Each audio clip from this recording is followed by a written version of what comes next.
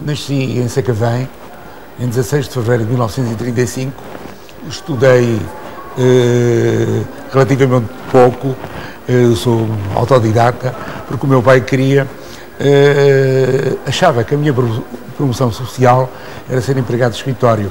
Lá fui eu para a Fábrica Louça de Sacavém, muito triste, porque continuo como empregado de escritório, continuo a odiar números, e passado tempo reparei que tinha sido bom, porque comecei a contatar com os operários e com os grandes artistas da Fábrica Louça de Sacavém.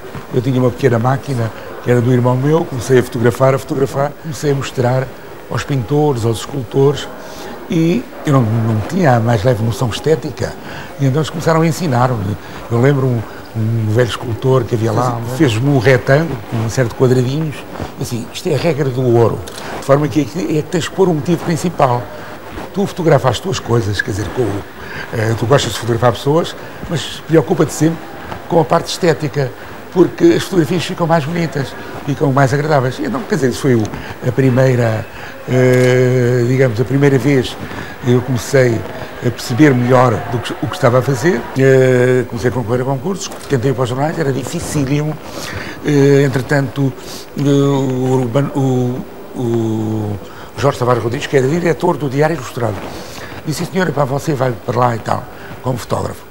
E eu fiquei encantado da vida, não é?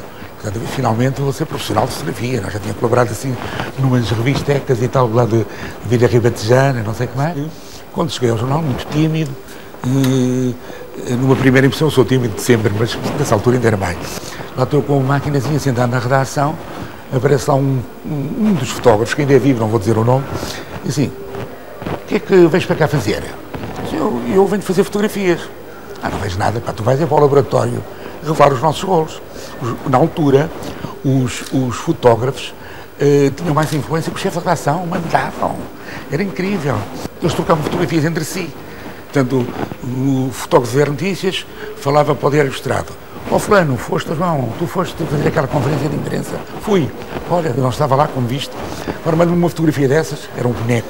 Manda-me esse boneco, eu mando o outro não sei onde eu fui. Trocavam fotografias entre si. São fotografias de bate-chapas. O Diário Ilustrado tinha um suplemento literário. Lá um dos redatores precisa de um fotógrafo. Então onde é que está fulano, onde é que está Beltrano, não vou dizer o nome. Olha, um está no Diário da Manhã, o outro está no Bacalhau. Eles eram fotógrafos também do Diário da Manhã. E no Tenreiro, então, e agora? Agora não há fotógrafo. Mas não vem para cá, um miúdo, e não sei o que mais, nunca mais o veio. Está no laboratório. Está no laboratório porquê? Porque fulano tal, não vou dizer o nome, não quer que ele faça fotografia. O que é isto? Isto é uma vergonha, faz favor, chamando lá para fazer fotografias. Que eram fotografias da Ferreira de Castro.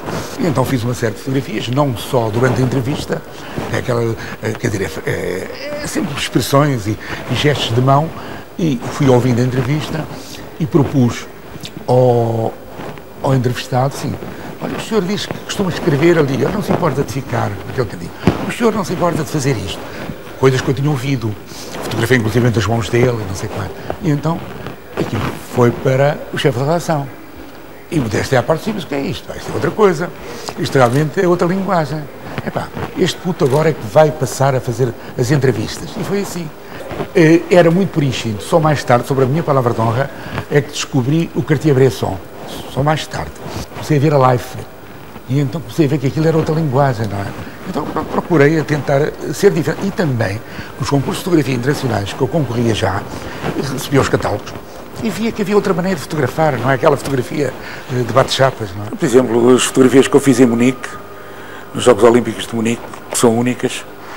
Eu estava a trabalhar para o Século Ilustrado e, entretanto, quando houve o atentado, aquilo ficou tudo bloqueado com montes de polícia. E, entretanto, eu tentei, com muitos centenas de toques, ninguém conseguiu. E então eu mantive sempre lá até às 11 da noite, depois eles foram todos desistindo. E eu tive quase a desistir, mas sim, vamos lá ver, se eu consigo. Começa a haver uma certa agitação, eu não sabia exatamente o que é que se estava a passar, e vejo um grupo de 5 atletas, com blusões azuis escuros iguais ao meu. Eu pus as máquinas todas dentro de um saco, que não era um saco de fotógrafo, era um saco também parecido, e depois eu reparei que o meu crachá tinha uma letra a mais do que a dos atletas. E então meto-me no meio deles, tapo uma letra e passei. Quando eu cheguei lá dentro, assim, não pode ser verdade. E estou ali no primeiro pátio. Tiro a máquina, mas vem uma série de polícia também, parecem uns com miras telescópicas e não sei o que mais. Aquilo era uma coisa, parecia um filme daqueles de Hollywood. É que, frente ao local onde estavam os helicópteros, ficava a delegação portuguesa, num 16º andar, mesmo em frente. E então, eu chego lá, carrego nos botões de elevadores, tudo avariado. Sim, há aqui qualquer coisa. E começo a caminhar primeiro, segundo, terceiro, e vejo 2 árabes a controlarem aquelas escadas que têm umas janelinhas, sabe, assim, a controlarem aquilo também. Aquilo estava também controlado pelos árabes. Eu fiquei ainda mais em pânico, subi, 16 andares, repara. Já foi há muitos anos, em 72. Chego lá, não podia abrir a boca, logicamente. Toquei a campainha, disseram, o que é que estás aqui a fazer? E eu, olha, apaguei as luzes todas e deixei-me ir para a varanda. E então, com uma objetiva de 85mm, 1.8, lembro-me, ainda a tenho, que é uma objetiva muito luminosa, e então eu começo a fazer as fotografias do embarque. Tenho o célebre Carlos e não sei o que mais, ao longe, atenção, aquilo não está em grande plano. Fui para o centro de imprensa e disse que tinha feito. Ninguém acreditou. Eu já tinha entregue o rolo. Nessa altura, a Associação de Pressa ofereceu 250 contos. Nessa altura era uma fortuna, 250 contos. E acreditem, nessa noite o dinheiro não tinha qualquer significado para mim. Quer dizer, eu estava feliz de ter conseguido. Então, no outro dia já pensei melhor. Mas naquele dia realmente não era importante o dinheiro para mim. Claro que eu ainda fiquei mais triste, é que aquilo não passou de Portugal. Puseram no século toda a página, exclusivo mundial, e não sei o que mais. O século do Estado publica as outras fotografias. Mas não passou disso, o século não me deu nada.